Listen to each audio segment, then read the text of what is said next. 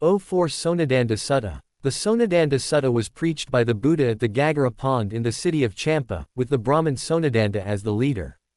The Brahmin Sonadanda came to the Blessed One, finished the conversation, and sat down to one side.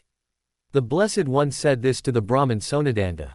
Pinvat Brahmin, what kind of qualities do the Brahmins consider a Brahmin to have? Hash a person who is pure and noble from both parents. Hash a person who studies the Vedas mantras. Hash a person who is very handsome. Hash a person who is virtuous. Hashtag being a wise person. The Brahmin Sonadanda told the Buddha that a person who possesses 5 elements is considered a Brahmin. Then, the Buddha asked whether it was possible to accept a person who had 4, 3, 2, etc. of the 5 elements, leaving out each of them, as a Brahmin. The Brahmin Sonadanda said that it was possible to accept it, but he stated that a person who had at least 2 elements, namely being a virtuous person and being a wise person, could be considered a Brahmin.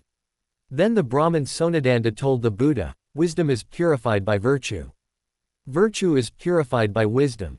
Where there is virtue, there is wisdom. Where there is wisdom, there is virtue. The virtuous have wisdom. The wise have virtue. Both virtue and wisdom are said to be the highest things in the world. The Buddha approved of this. The Buddha asked the Brahmin Sonadanda, what is virtue? What is wisdom? When the Brahmin Sonadanda said that he did not know it properly, the Buddha said this. A monk is endowed with minor virtue, intermediate virtue, and great virtue, or the virtue of the first liberation. In this way a monk is endowed with virtue.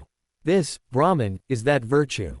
A monk who is virtuous, having completed the following: restraint of the senses, mindfulness and wisdom, contentment with what is gained, and the abandonment of the 5 hindrances, dwells in the first concentration, dwells in the second concentration, dwells in the third concentration, dwells in the fourth concentration.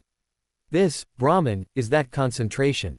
If a monk, endowed with discipline and concentration, dwells with the knowledge of understanding by wisdom. If he dwells with the knowledge of the creation of the mind and body. If he dwells with the knowledge of the earthly power. If he dwells with the knowledge of divine hearing. If he dwells with the knowledge of knowing other minds. If he dwells with the knowledge of seeing past lives. If he dwells with the knowledge of arising and rebirth. And, if he dwells with the knowledge of the cessation of tears, then this, Brahmin, is that wisdom.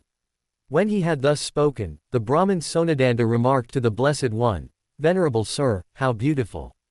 How beautiful! It is as if something that was turned upside down has been turned upside down. It is as if something that was closed has been opened and shown. It is as if I were showing the right path to those who are deluded.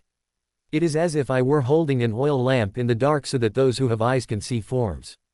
Thus did the Blessed One expound the Dhamma in various ways.